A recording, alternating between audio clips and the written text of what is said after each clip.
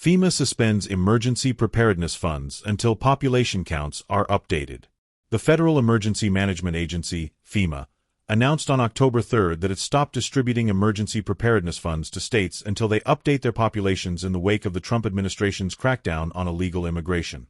Called Emergency Management Performance Grants, these funds assist state, local, tribal, and territorial emergency management agencies to implement the National Preparedness System and the National Preparedness Goal of a secure and resilient nation, according to FEMA's website. Nearly $320 million was allocated to them for fiscal year 2025, with priorities being extreme weather resilience and readiness.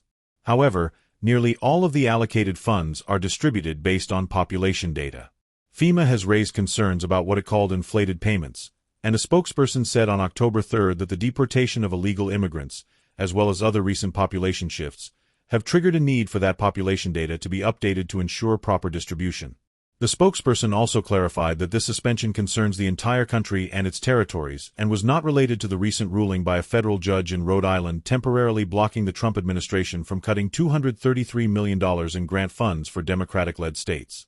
The Department of Homeland Security announced on September 23 that more than 2 million illegal immigrants have already been deported since Trump's second term began.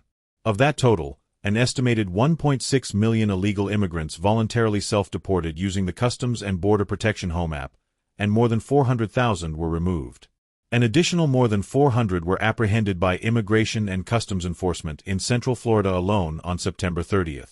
President Donald Trump ordered the Commerce Department to start a new census in August that excludes illegal immigrants, which would not just remove illegal immigrants from FEMA's population data, but also ensure they are not counted in state populations that determine election-related items such as electoral votes and the number of congressional seats.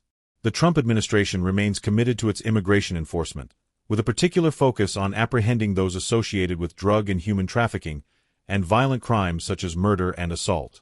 This administration is always going to arrest and deport illegal immigrants when we find them, White House Press Secretary Caroline Leavitt told reporters on October 3. If they are criminals, we're going to do the right thing by our country.